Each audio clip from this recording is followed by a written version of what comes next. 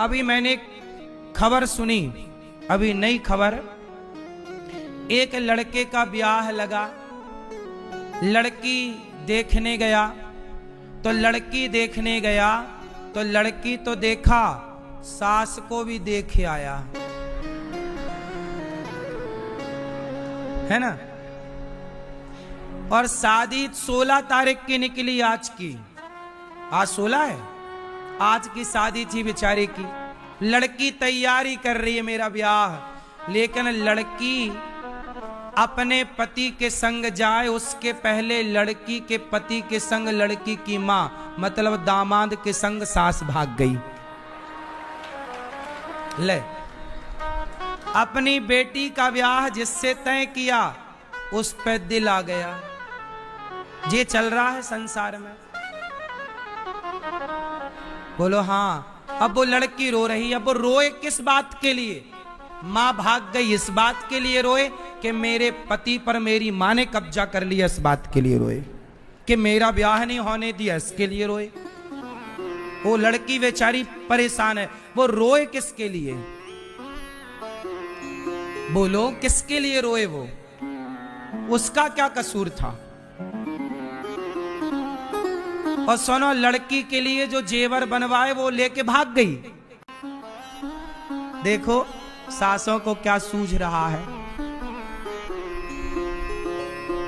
सोचो, बेटी का ब्याह जिससे होना था उस लड़के के संग भाग गई, हद कर दी। अब बताओ कि इन स्त्रियों से और इन लड़कों से समाज क्या सीखेगी? क्या सीखेगा उनका परिवार? क्या सीखेगा उनका गांव? क्या सीखेगा समाज?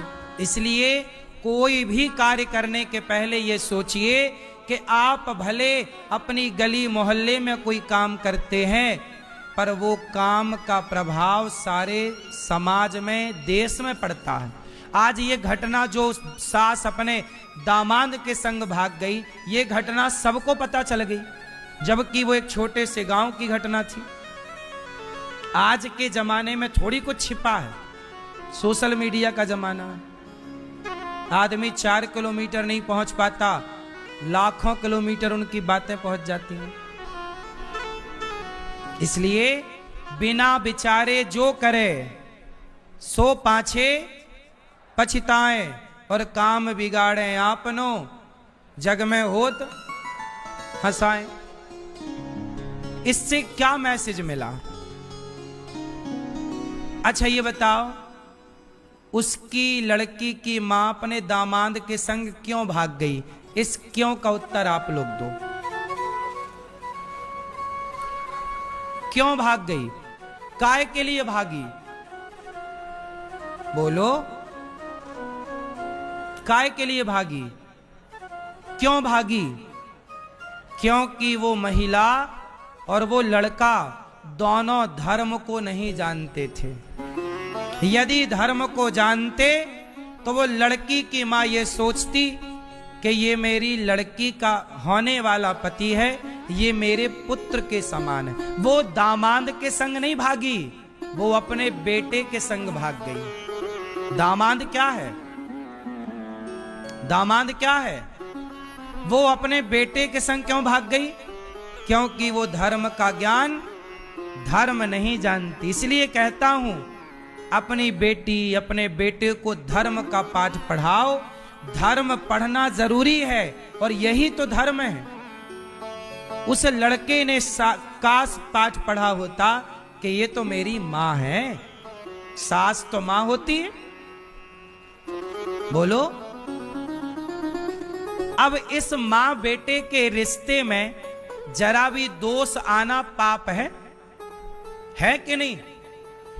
स्पर्श करना तो पाप है साहब, सोचना भी पाप है या नहीं?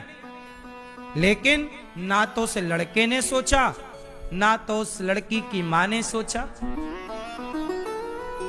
और काहे भाग गई? अपनी वासनाओं के लिए। क्या था? इस बुढ़ापे में भी उसकी वासनाएं पूरी नहीं हुई, तो भाग गई जवान लड़के के संग। आजकल आदमी इतना वासनाओं में डूबा हुआ है। काम से कल ही मैंने कहा था, अंधे कितने तरह के होते हैं। कामांध, जब काम सिर पर चढ़ता है, वासनाएं, तो व्यक्ति अंधा हो जाता है। इसलिए कहता हूं, अंधे मत होइए, अपने आप को सत्संग से जोड़ करके और अपने अंदर की बुराइयों को मारिए। मारना है, आपका कोई दुश्मन है। अब बताओ, अपने भीतर की वासनाओं के लिए अपनी बेटी के पति के संग भाग गई, तो वासनाओं को कंट्रोल किया होता, मार दिया होता अपनी इच्छाओं को, तो इसे कलंक से बच जाती कि नहीं। अब वो भाग कर कहां जाएगी? वो भाग कर कहां जाएगी? पकड़ी जाएगी, क्या मुंह दिखा पाएगी? यहां भी बिगड़ गया उसका। अब समाज में क्या वो रह पाएगी? रहेगी तो किस मुंह से रहेगी? लोक भी बिगड़ गया और मरेगी तो यमराज जी बड़ा डंडा रखे होंगे उसके लिए। आ भगाता हूं तुझे दामाद के साथ। टिनपा पड़ेंगे उसके खोपड़ी पे, कोड़े पड़ेंगे, नाली का कीड़ा बनेगी कई जन्म, कर्म दंड तो भोगने पड़ेंगे। देखो, पाप भी ना वही पाप करो जो पाप थोड़ा ठीक ठाक हो। पाप भी करो चलो, पर वो पाप करो यार जो माफ हो, जिनमें माफ की संभावना हो। वो पाप मत कर लेना जिन पाप में माफी की संभावना। पाप भी कई तरह के होते हैं, सामान्य पाप, महापाप, ये पाप अलग अलग तरह के होते। चींटी मारना, हम रास्ते से जा रहे हैं, चींटी पांव के नीचे मर गई, गाड़ी के नीचे मेंढक मर गया, सांप मर गया, ये पाप है। पर ये पाप भी चलो, ये पाप हमने मारना नहीं चाहा, चींटी मर गई, ये पाप माफ हो जाएंगे कि चलो तुम्हारी इच्छा नहीं थी पर पाप हो गया। हमने जानकर झूठ नहीं बोला पर झूठ भूल गया, चलो ये सब सामान्य पाप हैं, ठीक है। लेकिन ये पाप क्षमा ना होगा कि तुम अपनी जवान बेटी को छोड़कर, बच्चों को छोड़कर इस बुढ़ापे में तुम किसी के संग भाग जाओ। तुमने धोखा अपने बच्चों को दिया, तुमने धोखा अपने पति को दिया, वो पति को भी तो तुमने धोखा दे दिया, तुमने अपने बच्चों को धोखा दे दिया। अब तुम्हें कौन कौन माफ करेगा? इसलिए ये बड़ा पाप है, इसकी कोई माफी भी नहीं है, भोगना ही पड़ेगा। फिर यही लोग संसार में तरह तरह का कष्ट पाते हैं, तो लोग कहते हैं कि देखो कितना कष्ट पा रहा, जरूर ये किसी जन्म का पाप था, जो अक्षम्य पाप था, जैसे क्षमा नहीं किया जा सकता था, उसे भोगना पड़ रहा है। कोई अंधा है, कोई लंगड़ा है, कोई बहरा है। आप लोग चप्पल पांव में पहनकर चलते हो, कुछ लोग चप्पल हाथ में पहन के घिसटते हैं। क्या है ये? क्या लगता है तुम्हें? ये सब पाप का परिणाम है, भोगना सबको पड़ता है, बचे कौन है? इसलिए ये सब गलतियां इसलिए होती हैं, लोग धर्म को नहीं जानते, पर राम धर्म को जानते हैं। भैया भरत, मैं अपने पिता के वचनों का त्याग नहीं होने दूंगा।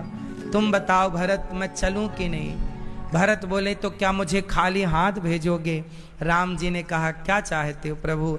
अपनी पादुका ही दे दो, कुछ तो निशानी दे दो। तब भरत जी ने, राम जी ने प्रहलाद के लिए नरसिंह का अवतार लिया। भगवान ने गोपियों के लिए वस्त्र का अवतार धारण किया, चीर बनकर खिंचे। आज भैया भरत के लिए भगवान राम खड़ाऊ बन जाते हैं, चरण पादुका।